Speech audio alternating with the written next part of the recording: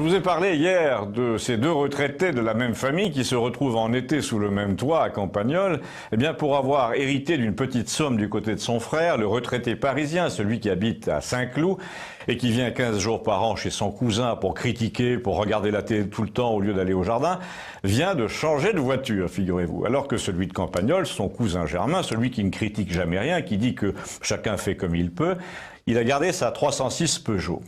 C'est l'occasion pour moi de souligner qu'il existe une véritable France de la 306 Peugeot. C'est un bassin sociologique homogène qui, pour résumer, ne voit absolument pas pour quelle raison il changerait à 500 000 km une voiture aussi commode, aussi bien dessinée, aux lignes sobres, à la mécanique relativement simple, qui va de 5 à 11 chevaux, et pour laquelle il existe encore des millions de pièces.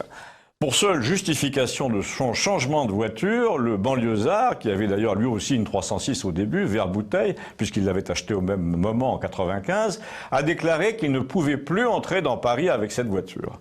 Au passage, ça permet déjà de souligner qu'une ville qui n'interdit pas son centre-ville à toutes les voitures, mais aux seules voitures de pauvres et de vieux, commet une faute morale. Les manuels d'histoire commenteront un jour la gravité de la chose quand nous en connaîtrons les conséquences, un peu comme lorsque des émeutes de la faim sont remontées jusqu'aux grilles de Versailles, vous savez, en octobre 1789. Le nom d'Hidalgo, alors, passera peut-être à la postérité, mais du mauvais côté, celui de la honte. Donc mon retraité d'Île-de-France arrive au village récemment, là, il y a quelques mois, quelques semaines, dans une C3 Picasso bleue d'occasion de 2009. Il la gare sur la place du Temple à côté de la 306 Bordeaux de son cousin. Et là, choc culturel. Pourquoi? Parce que la C3 Picasso, c'est non seulement la négation du bon goût à la française, mais c'est la négation de la France éternelle, celle que nous aimons, que nous regrettons, celle qui avait un cap, une esthétique, une philosophie, une histoire. En gros, celle qui n'aime pas Macron. Quand vous regardez une 205, une 306, une 406, une XM, une ESM, une Renault 5 surtout, vous voyez très distinctement un pays en état de marche qui sait où il va, qui sait d'où il vient, qui a des ingénieurs et des dessinateurs, qui a le sens des lignes, de la sobriété dans le goût, de l'adéquation entre l'objet et son usage.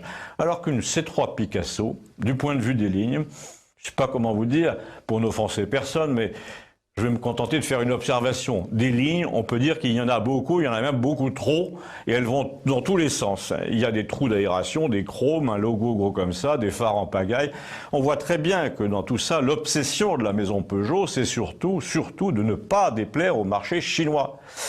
Bien là, sur la place du Temple de Campagnole, vous aviez un résumé des deux France, dont on ne sait toujours pas d'ailleurs celle qui va l'emporter. Celle qui veut plaire à la terre entière en cessant d'être elle-même, qui multiplie les chromes, qui court après les marchés émergents, et l'autre que je n'ai même pas besoin de vous décrire, mais qui parvenait à réunir deux choses, la compétence et l'humilité. Soit les deux traits qui manquent le plus à la France d'aujourd'hui, et il y a au moins un candidat à la présidentielle qui ne possède ni l'une ni l'autre. Je ne sais pas ce que vous en pensez, ni à qui vous pensez, mais il me plairait de l'entendre.